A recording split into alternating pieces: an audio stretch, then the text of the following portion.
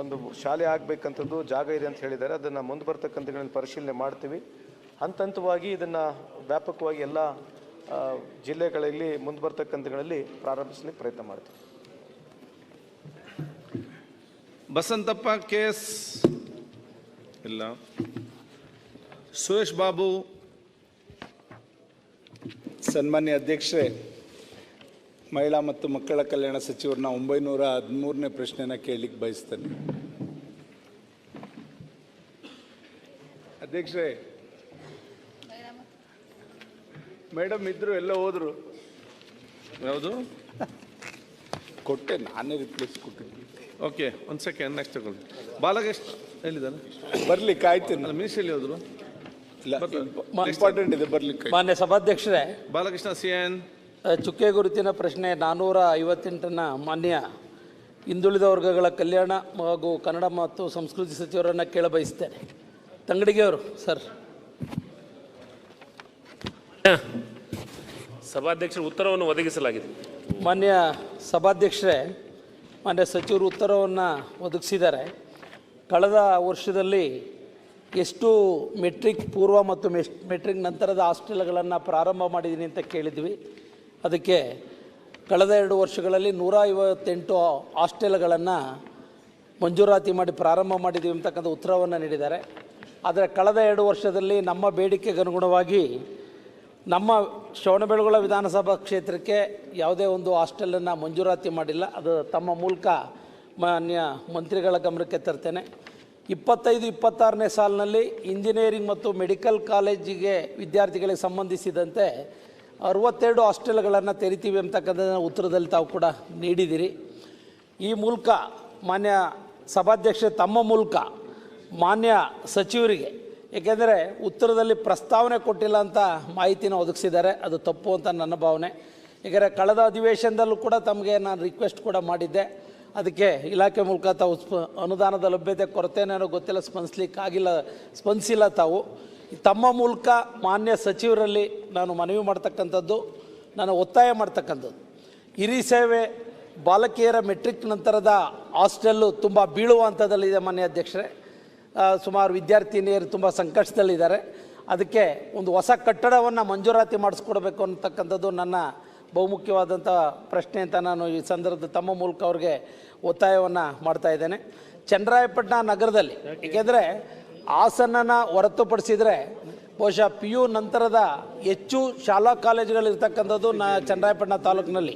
ಮಾನ್ಯ ಅಧ್ಯಕ್ಷ ಸಚಿವರ ಗಮನಕ್ಕೆ ಅಲ್ಲಿ 150 ವಿದ್ಯಾರ್ಥಿನಿಯರಿಗೆ ಒಂದು ಹಾಸ್ಟೆಲ್ ಇದೆ. ಅಲ್ಲಿ ಹೊಸ ಹಾಸ್ಟೆಲ್ ಕೂಡ ಮಂಜೂರಾತಿಯಾದಂಥ ಸಂದರ್ಭದಲ್ಲಿ ಹೆಚ್ಚುವರಿಯಾಗಿ 150 ವಿದ್ಯಾರ್ಥಿನಿಯರು ಅದೇ ಹಾಸ್ಟೆಲ್ನಲ್ಲಿ ಇವತ್ತು ವಸತಿ ಸೌಲಭ್ಯವನ್ನು ಪಡೆದಿದ್ದಾರೆ. ಅಂದರೆ 150 + 150 ಒಂದೇ ಹಾಸ್ಟೆಲ್ನಲ್ಲಿ. ಅಲ್ಲಿ ಹೊಸ ಕಟ್ಟಡ ಅತ್ಯಗತ್ಯವಾಗಿ ಆಗಬೇಕಾಗಿದೆ. ನಿವೇಶನದ ಒಂದು ಅನುಕೂಲತೆಯನ್ನು ಕೂಡ ನಾವು ಮಾಡಿಕೊಟ್ಟಿದ್ದೇವೆ ಮಾನ್ಯ ಸಭಾಧ್ಯಕ್ಷರೇ ತಮ್ಮ ಮೂಲಕ. ಅದ್ರ ಜೊತೆಗೆ ಮಾನ್ಯ ಸಚಿವರಿಗೆ ಮೆಟ್ರಿಕ್ ಪೂರ್ವ ಬಾಲಕರ ಒಂದು ವಿದ್ಯಾರ್ಥಿ ನಿಲಯದ ಒಂದು ಅವಶ್ಯಕತೆ ಇದೆ. ಬೇಡಿಕೆಗೆ ಅನುಗುಣವಾಗಿ ವಸತಿ ಸೌಲಭ್ಯವನ್ನು ಕಲಿಸ್ಲಿಕ್ಕೆ ಆಗ್ತಾ ಇಲ್ಲ. ದಯಮಾಡಿ ಏನು ನಾನು 3-4 ಉಪ ಪ್ರಶ್ನೆಗಳನ್ನು ತಮಗೆ ನಾನು ವಿನಂತಿಸಿದ್ದೇನೆ. ಅದಕ್ಕೆ ಪ್ರಸಕ್ತ ಸಾಲಿನಲ್ಲೇ ಅವಕಾಶವನ್ನು ಮಾಡಿಕೊಡ್ಬೇಕು ಅಂತ ಈ ಮೂಲಕ ಒತ್ತಾಯ ಮಾಡ್ತಾ ಇದ್ದೇನೆ ಮಾನ್ಯ ಸಚಿವರಿಗೆ. ಮಾನ್ಯ ಸಭಾಧ್ಯಕ್ಷರೇ, ಹಾಸನ ಜಿಲ್ಲೆ ಶ್ರವಣಬೆಳಗೊಳ ವಿಧಾನಸಭಾ ಕ್ಷೇತ್ರದಲ್ಲಿ 10 ಮೆಟ್ರಿಕ್ ಪೂರ್ವ ಮತ್ತು 7 ಮೆಟ್ರಿಕ್ ನಂತರದ ಹಾಸ್ಟೆಲ್ಗಳು ಈಗಾಗಲೇ ಇದ್ದಾವೆ. ಮತ್ತು ಅದರ ಜೊತೆಗೆ ಮಾನ್ಯ ಅಧ್ಯಕ್ಷರೇ, ನಮ್ಮ ಈ ವರ್ಷ ಜಿಲ್ಲಾ ಕೇಂದ್ರಕ್ಕೆ ಮಾತ್ರ ಕೊಡಬೇಕಂತ ಬಜೆಟ್ನೊಳಗೆ ಘೋಷಣೆ ಆಗಿದೆ. ಎಲ್ಲಿ ಮೆಡಿಕಲ್ ಕಾಲೇಜು, ಇಂಜಿನಿಯರಿಂಗ್ ಕಾಲೇಜ್ ಇದೆ ಆ ಜಿಲ್ಲೆಗಳಿಗೆ ಮಾತ್ರ ಒಂದು ಬಾಲಕರದು ಒಂದು ಬಾಲಕಿಯರದು ಕೊಡಬೇಕಂತಲೇ ಆಗಿದೆ. ಮತ್ತು ಅವರು ಬಾಲಕೃಷ್ಣವ್ರು ಹೇಳಿದಂಗೆ ಅವಶ್ಯಕತೆ ಇದೆ ಜಿಲ್ಲೆಯೊಳಗೆ, ಭಾಳಷ್ಟು ರಾಜ್ಯದೊಳಗೆ ಹಾಸ್ಟೆಲ್ಗಳು. ನಾವು ಈಗಾಗಲೇ ಫೈನಾನ್ಸ್ಗೂ ಕಳಿಸಿದ್ದೀವಿ. ಎಕ್ಸ್ಟ್ರಾ ನಮ್ಮ ಎಲ್ಲೆಲ್ಲೇ ಬೇಡಿಕೆ ಇದೆ, ಬೇಡಿಕೆ ಅನುಗುಣವಾಗಿ ನಾವು ನಮ್ಮ ಜಿಲ್ಲಾ ಅಧಿಕಾರಿಗಳಿಂದ ಮತ್ತು ಜಿಲ್ಲೆಯ ಸಂಬಂಧಪಟ್ಟಂಥ ಇಲಾಖೆ ಅಧಿಕಾರಿಗಳಿಂದ ನಾವು ತರಿಸಿದ್ದೀವಿ. ಕನಿಷ್ಠ 20-25 ಹಾಸ್ಟೆಲ್ಗಳ ಅವಶ್ಯಕತೆ ಇದೆ. ಅದಕ್ಕಿಂತ ಹೆಚ್ಚು ಹಾಸ್ಟೆಲ್ಗಳು ಬೇಕಾಗಿದೆ. ಅದಕ್ಕೆ ಈಗಾಗಲೇ ನಾವು ಎಲ್ಲಿ ಹಾಸ್ಟೆಲದ ಜಾಸ್ತಿ ಡಿಮ್ಯಾಂಡ್ ಇದೆ ಈಗಾಗಲೇ ವಿದ್ಯಾಸಿರಿಯನ್ನು ಅನೌನ್ಸ್ ಮಾಡಿದ್ದೀವಿ. ವಿದ್ಯಾಶ್ರೀ ಒಳಗೆ ಮೊನ್ನೆ ಅಧ್ಯಕ್ಷರೇ ನಾವು ಕನಿಷ್ಠ 24-25 ವರ್ಷದ ಕನಿಷ್ಠ 32,984 ವಿದ್ಯಾರ್ಥಿಗಳಿಗೆ ವಿದ್ಯಾಶ್ರೀ ಯೋಜನೆಯಲ್ಲಿ ಅವಕಾಶ ಮಾಡಿಕೊಟ್ಟಿದ್ವಿ. ಕನಿಷ್ಠ 49.47 ಲಕ್ಷ ಕೋಟಿ ಎಷ್ಟು ದುಡ್ಡನ್ನು 49 ಕೋಟಿಗಿಂತ ಹೆಚ್ಚು ದುಡ್ಡನ್ನು ವಿದ್ಯಾಶ್ರೀಗಳು ಕೊಟ್ಟಿದ್ವಿ. ಈ ವರ್ಷವೂ 25-26ನೇ ಸಲಕ್ಕೆ 105 ಕೋಟಿ ಇಟ್ಕೊಂಡಿದ್ವಿ. ಕನಿಷ್ಠ 70,000ಕ್ಕಿಂತ ಹೆಚ್ಚು ವಿದ್ಯಾರ್ಥಿಗಳಿಗೆ ಕೊಡೋಕ್ಕೆ ಅವಕಾಶ ಇದೆ.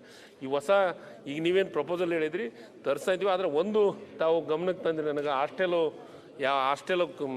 ಸೋರ್ತಾ ಇದೆ, ದುಸ್ಥಿತಿಯಾಗಿದೆ, ಅದನ್ನು ಹೊಸ ಬಿಲ್ಡಿಂಗನ್ನು ಕಟ್ಟಿಸ್ಬೇಕಂತ.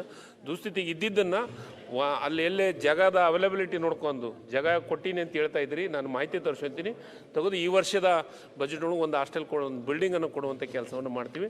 ಅದರ ಜೊತೆಗೆ ನಾವು ಹೊಸ ಹಾಸ್ಟೆಲ್ ಪ್ರಪೋಸಲ್ ಕೊಟ್ಟಿದ್ದೀವಿ. ಫೈನಾನ್ಸ್ ಇದೆ ಮನೆ ಸಭಾಧ್ಯಕ್ಷೆ, ಮನೆ ಸಚಿವರಿಗೆ ಒಂದು ಹಿರಿಸೇವೆ ಹಾಸ್ಟೆಲ್ಲು ಬೀಳೋ ಅಂಥದ್ದಿಲ್ಲಿದೆ, ಅದು ಕೊಡ್ತೀವಿ ಅಂತ ಹೇಳಿದಿರಿ, ಸ್ವಾಗತ ಮಾಡ್ತೇನೆ.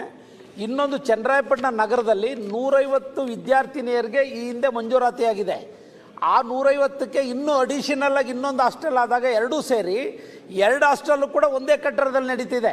ಅದಕ್ಕೂ ಹೊಸ ಕಟ್ಟಡ ಬೇಕು. ಹಿರಿಸೇವೆಗೆ ಒಂದು ಕಟ್ಟಡ, ಚನ್ನರಾಯಪಟ್ಟಣಕ್ಕೆ ಮಾಹಿತಿ ತರ್ಸಂದು ಹೇಳ್ತೀನಿ. ಯಾಕಂದ್ರೆ ನಮಗೆ ಈ ವರ್ಷದ ಇತಿಮಿತಿ ಒಳಗೆ ನಾವು ಕೆಲಸವನ್ನು ಮಾಡ್ಬೇಕು. ಯಾಕಂದ್ರೆ ಬೇರೆ ನಮಗೆ 30 ಹಾಸ್ಟೆಲ್ಗಳು ಮಾಹಿತಿ ತರ್ಸಂದು ಹೇಳ್ತೀನಿ. ಸನ್ಮಾನ್ಯ ಅಧ್ಯಕ್ಷರೇ, ಸನ್ಮಾನ್ಯ ಮಹಿಳಾ ಮತ್ತು ಮಕ್ಕಳ ಅಭಿವೃದ್ಧಿ ಸಮಿತಿ ಸಚಿವರನ್ನ 913ನೇ ಪ್ರಶ್ನೆ ಕೇಳಲಿಕ್ಕೆ ಬಯಸ್ತೇನೆ. ಮಾನ್ಯ ಸಭಾಧ್ಯಕ್ಷರೇ, ಉತ್ತರವನ್ನು ಒದಗಿಸಲಾಗಿದೆ. ಅಧ್ಯಕ್ಷರೇ, ಇದೊಂದು ಆಘಾತಕಾರಿಯಾದಂಥ ಒಂದು ಬೆಳವಣಿಗೆ ಈ ಸಮಾಜದಲ್ಲಿ. ಏನು ಚಿಕ್ಕ ವಯಸ್ಸಲ್ಲೇ ಮಕ್ಕಳು ಬಾಲಗರ್ಭಿಣಿಯರಾಗ್ತಾ ಇರ್ತಕ್ಕಂಥದ್ದು, ಅತ್ಯಾಚಾರ ಆಗ್ತಾ ಇರ್ತಕ್ಕಂಥದ್ದು ಸಮಾಜದಲ್ಲಿ ತುಂಬ ಒಂದು ಕೆಟ್ಟ ಪರಿಸ್ಥಿತಿಗೆ ಹೋಗ್ತಾ ಇದೆ.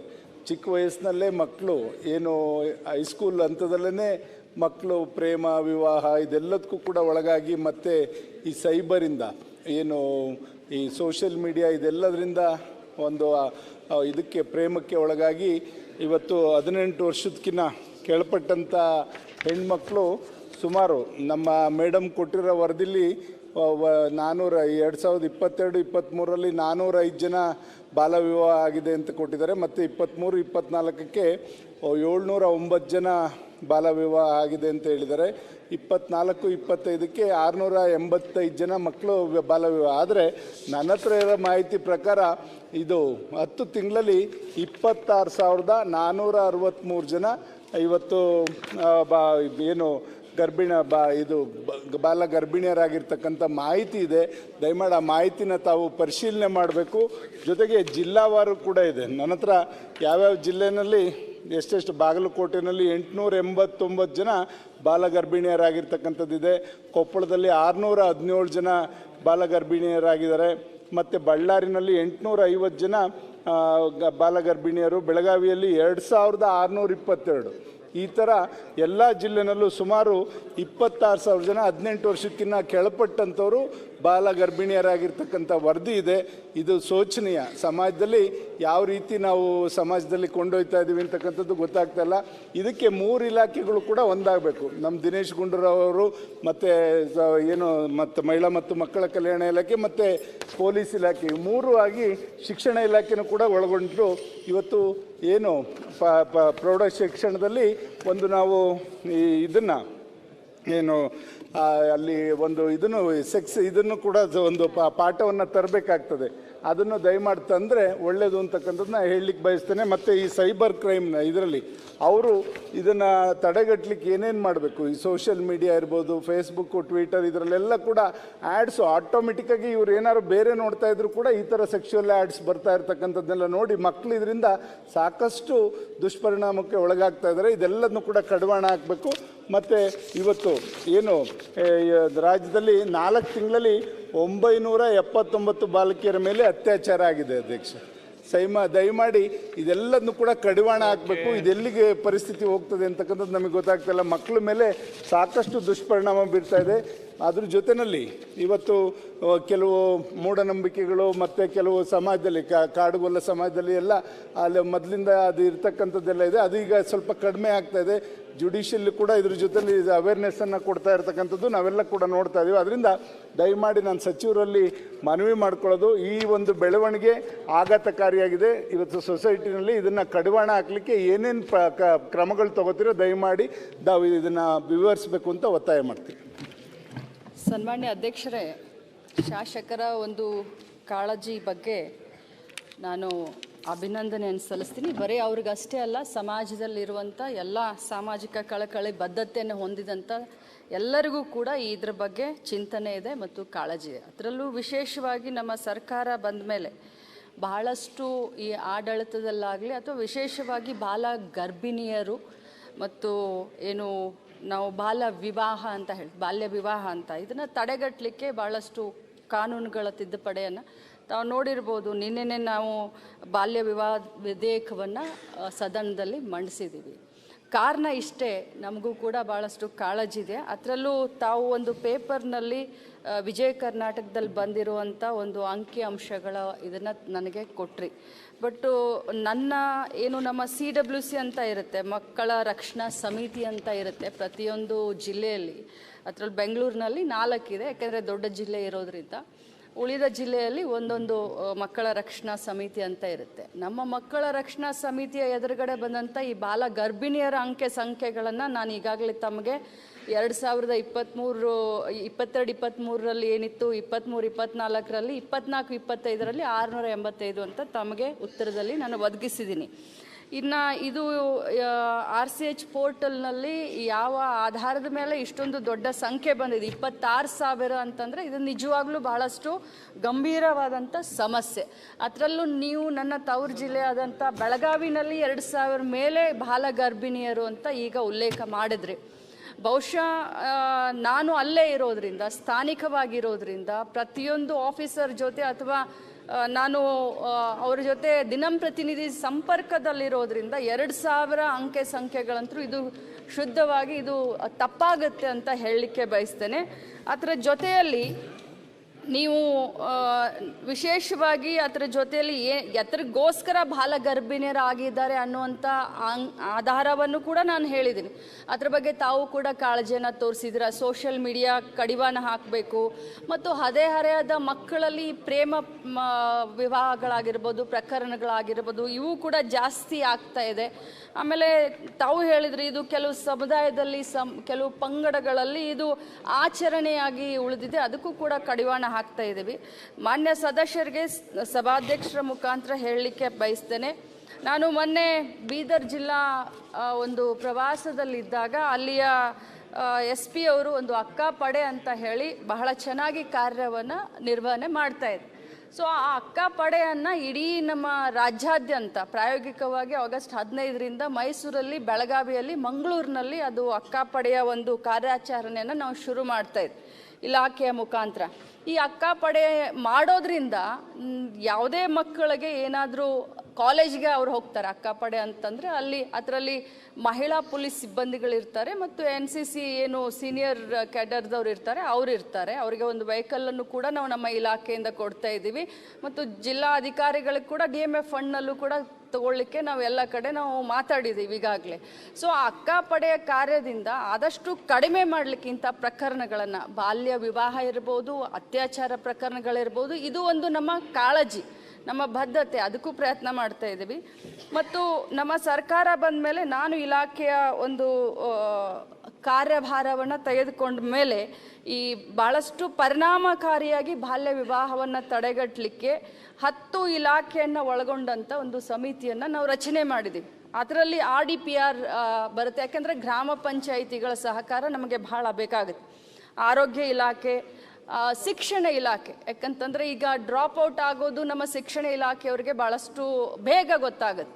3 ದಿನ ಹೆಣ್ಣು ಮಗು ಏನಾದರೂ ಸ್ಕೂಲ್ಗೆ ಬರಲಿಲ್ಲ ಅಂದ ತಕ್ಷಣ ಮೊದಲು ಗೊತ್ತಾಗೋದೆ ಆ ಟೀಚರ್ಗೆ. ಸೊ ಹೀಗಾಗಿ ಎಜುಕೇಷನ್ ಡಿಪಾರ್ಟ್ಮೆಂಟನ್ನು ಕೂಡ ಇದರಲ್ಲಿ ತೆಗೆದುಕೊಂಡಿದ್ದೀವಿ. ಅದೇ ಪ್ರಕಾರ ಹೋಮ್ ಡಿಪಾರ್ಟ್ಮೆಂಟು ಮತ್ತು ಸಮಾಜ ಕಲ್ಯಾಣ ಇಲಾಖೆ, ಕಂದಾಯ ಇಲಾಖೆ, ಪರಿಶಿಷ್ಟ ಜಾತಿ ಪರಿಶಿಷ್ಟ ಪಂಗಡ ಕಲ್ಯಾಣ ಇಲಾಖೆ, BCM, ಮೈನಾರಿಟಿ, ಪದವಿ ಪೂರ್ವ ಶಿಕ್ಷಣ, ಈ ಎಲ್ಲ 10 ಇಲಾಖೆಗಳನ್ನು ಒಳಗೊಂಡಂಥವ್ರಿಗೆ ನಾವು ಇದರ ಒಂದು ಜವಾಬ್ದಾರಿ ಅಂದರೆ ಬಾಲ್ಯ ವಿವಾಹ ತಡೆಗಟ್ಟಲಿಕ್ಕೆ ಇವ್ರನ್ನೆಲ್ಲರನ್ನೂ ಕೂಡ ಒಳಗೊಂಡಂಥ ಸಮಿತಿಗಳನ್ನು ಗ್ರಾಮ ಪಂಚಾಯಿತಿ ಮಟ್ಟದಿಂದ ಜಿಲ್ಲಾ ಆಡಳಿತವರೆಗೂ ವಿಸ್ತರಣೆಯನ್ನು ಮಾಡಿದ್ದೀವಿ. ಒಟ್ಟಾಗಿ ತಮ್ಮ ಕಾಳಜಿಯ ಬಗ್ಗೆ ನಮಗೆ ಗಮನಕ್ಕಿದೆ. ಈ ಅತ್ಯಾಚಾರದ ಬಗ್ಗೆ ಕೂಡ ನಮಗೆ ನೀವು ಹೇಳಿದ್ದೀರಾ. ಇದಕ್ಕೆ ಏನು ಆಗಬೇಕು? ಇದಕ್ಕೆ ನಾವು ಎಜುಕೇಟ್ ಮಾಡಬೇಕಷ್ಟೇ. ಸಮಾಜದಲ್ಲಿ ಇರುವಂಥ ಇದೊಂದು ದೊಡ್ಡ ಪಿಡುಗು. ಇದನ್ನ ನೀವಾಗಲಿ ನಾವಾಗಲಿ ಬೇರು ಮಟ್ಟದಿಂದ ಕಿತ್ತೊಗಿಬೇಕು ಅನ್ನೋದೇ ನಮ್ಮೆಲ್ಲರ ಒಂದು ಆಶಯ. ಇದು ಬಹಳಷ್ಟು ಅಸಹ್ಯನೂ ಅನಿಸುತ್ತೆ. ಈ ಬಗ್ಗೆ ಮಾತನಾಡಲಿಕ್ಕೆ ಬಹಳಷ್ಟು ನಮಗೆ ರಕ್ತನೂ ಕುದಿಯುತ್ತೆ. ಯಾವ ರೀತಿಯಿಂದ ಇದನ್ನು ತಡೆಗಟ್ಟಲಿಕ್ಕೆ ಏನೆಲ್ಲ, ಯಾವುದೇ ಸರ್ಕಾರ ಬರಲಿ, ಏನೆಲ್ಲ ಕಾನೂನುಗಳನ್ನು ತೆಗೆದುಕೊಂಡು ಬರ್ತೀವಿ, ಎಷ್ಟೆಲ್ಲ ಕಠಿಣ ಶಿಕ್ಷೆಯನ್ನು ಕೊಡೋಕ್ಕೆ ಇದನ್ನು ಮಾಡ್ತೀವಿ, ಇದಕ್ಕೆ ಯಾರೂ ಕೂಡ ಸಪೋರ್ಟ್ ಮಾಡೋಕ್ಕೆ ಸಾಧ್ಯ ಇಲ್ಲ. ಭಾಳಷ್ಟು ನನ್ನ ಇಲಾಖೆಯಲ್ಲಿ 1098 ಅಂತ ಒಂದು ಹೆಲ್ಪ್ಲೈನ್ ಕೂಡ ನಾವು ಮಾಡಿದ್ದೀವಿ. ಈ ರೀತಿ ಏನಾದರೂ ತೊಂದರೆ ಇದ್ದರೆ, ಯಾಕೆಂದರೆ ಭಾಳಷ್ಟು ಹುಡುಗಿಯರನ್ನ ಚಿಡಾಯಿಸ್ತಾ ಇರ್ತಾರೆ ಹುಡುಗರು, ಭಾಳಷ್ಟು ಹುಡುಗರು ಹೋಗಿ ಅವ್ರ ಮನೆಗೆ ಹೋಗಿ ಧಮಕಿ ಕೊಟ್ಟು ಬರ್ತಿರ್ತಾರೆ.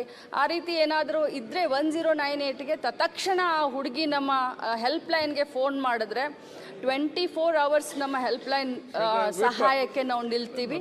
ಇದನ್ನ ತಡೆಗಟ್ಟಲಿಕ್ಕೆ ಎಲ್ಲರೂ ಸೇರ್ಕೊಂಡು ಪ್ರಯತ್ನ ಮಾಡೋಣ ಅಂತ ನಾನು ಮಾನ್ಯ ಸದಸ್ಯರಿಗೆ ಸನ್ಮಾನ್ಯ ಅಧ್ಯಕ್ಷರೇ, ಇದೇನಾಗುತ್ತೆ, ಮಕ್ಕಳ ವಿಚಾರ ಆಗಿರೋದ್ರಿಂದ ಕೆಲವರು ಪೇರೆಂಟ್ಸು ಇದನ್ನ ಗಮನಕ್ಕೆ ತಂದಿರಲ್ಲ. ಆದ್ರಿಂದ ಇಷ್ಟು ನಿಮಗೆ ಇಲಾಖೆಗೆ ಬಂದಿರೋ ಮಾಹಿತಿ ಮೇಲೆ ನೀವೇ ವರದಿ ಕೊಟ್ಟಿರ್ತೀರಾ. ಇದೇನಾಗುತ್ತೆ, ಚಿಕ್ಕ ಮಕ್ಕಳಾಗಿರೋದ್ರಿಂದ ಅವ್ರ ಭವಿಷ್ಯದ ದೃಷ್ಟಿಯಿಂದ ಅವ್ರು ಇಷ್ಟೊಂದು ಮಾಹಿತಿ ಕೊಟ್ಟಿರಲಿಲ್ಲ. ದಯಮಾಡಿ ನನ್ನ ಕ್ಷೇತ್ರದಲ್ಲೇ ನಿಮ್ಗೆ ಹೇಳ್ತೀನಿ, 9ನೇ ಕ್ಲಾಸ್ ಮಗು ಒಂದು ಸ್ಕೂಲಲ್ಲಿ ಅದು ಡ್ರೈವರ್ ಯಾರೋ ಒಂದು ಈ ಥರ ಮಿಸ್ಬಿಹೇವ್ ಮಾಡಿ ಡೆಲಿವರಿನೂ ಕೂಡ ಆಯಿತು ಮೊನ್ನೆ, ಈಗ 3 ತಿಂಗಳಿಂದ. ದಯಮಾಡಿ ಡೆಲಿವರಿಯಾಗಿ ಮಗು ಇವರು ಇದರಲ್ಲಿ ನಿರಾಶ್ರಿತ ಕೇಂದ್ರದಲ್ಲಿದ್ದಾರೆ. ದಯಮಾಡಿ ಅದಕ್ಕೋಸ್ಕರ ಕಾಳಜಿಯಿಂದ ಹೇಳ್ತಾ ಇದ್ದೀನಿ. ಇದಕ್ಕೆ ಸೈಬರ್ ಪೊಲೀಸ್ ಇಲಾಖೆ, ಆರೋಗ್ಯ ಇಲಾಖೆ, ತಾವು ಮತ್ತೆ ಸೈಬರ್ ಕ್ರೈಮ್ ದಯಮಾಡಿ ಇದೆಲ್ಲ ಸೋಷಿಯಲ್ ಮೀಡಿಯಾ ಸ್ವಲ್ಪ ನೀವು ಕಡಿವಾಣ ಆಗ್ತಾ ಇದ್ರಲ್ಲಿ ಬರ್ತಕ್ಕಂಥ ಅದಲ್ಲ ಸರ್, ಇದು ಸೂಕ್ಷ್ಮವಾದ ವಿಚಾರ. ಇಲ್ಲಾಂದ್ರೆ ತುಂಬಾ ಮಕ್ಕಳ ಭವಿಷ್ಯನೇ ಹಾಳಾಗೋಗುತ್ತೆ. ಇನ್ನು ಜೀವನ ಅವರು ಏನೂ ಮಾಡೋಕ್ಕಾಗಲ್ಲ. ಅವ್ರ ತಂದೆ ತಾಯಿನೂ ಕೈ ಬಿಡ್ತಾರೆ, ಈ ಕಡೆ ಅವನು ಹಾಳು ಮಾಡಿದವನು ಕೂಡ ಅವನು ಇಟ್ಕೊಳ್ಳಲ್ಲ, ಆ ಮಗು ಬೀದಿ ಪಾಲಾಗ್ತದೆ. ಅದರಿಂದ ದಯಮಾಡಿ ಇದನ್ನ ಸೂಕ್ಷ್ಮವಾಗಿ ತಾವು ಗಮನಕ್ಕೆ ತಗೊಂಡು ನಿಮ್ಮ ಇಲಾಖೆಯವರು ಎಲ್ಲ ಇಲಾಖೆನೂ ಸೇರಿ ಸೋಷಿಯಲ್ ಸಮಾಜ ಒಂದು ಅವೇರ್ನೆಸ್ ತನ್ನಿ. ರವಿಕುಮಾರ್ ಬಿಎನ್.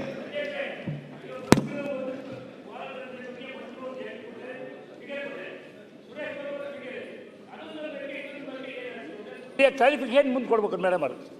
ಬಾಲಗರ್ಭಿಣಿಯ ಸಂಖ್ಯೆನ ಮಂತ್ರಿಗಳು ಒಂದು ಸಂಖ್ಯೆ ತಮ್ಮ ಮುಂದೆ ಹೇಳಿದ್ದಾರೆ. ಓಕೆ. ಸುರೇಶ್ ಬಾಬು ಅವರು ಒಂದು ಸಂಖ್ಯೆ ಹೇಳಿದ್ದಾರೆ. ಓಕೆ. ನಾವು ಇದನ್ನ ನಂಬಕ್ಕೆ ಕ್ಲಾರಿಫಿಕೇಶನ್ ಬೇಕು ಮುಂದೆ. ನಾವು ಚರ್ಚೆ ಮಾಡಿ ಹೇಳ್ತೇನೆ. ಧನ್ಯವಾದ. ರವಿಕುಮಾರ್ ಬಿಎನ್.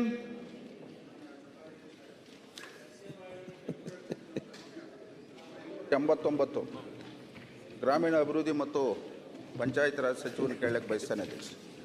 ಉತ್ತರವನ್ನು ಒದಗಿಸಲಾಗಿದೆ ಅಧ್ಯಕ್ಷ.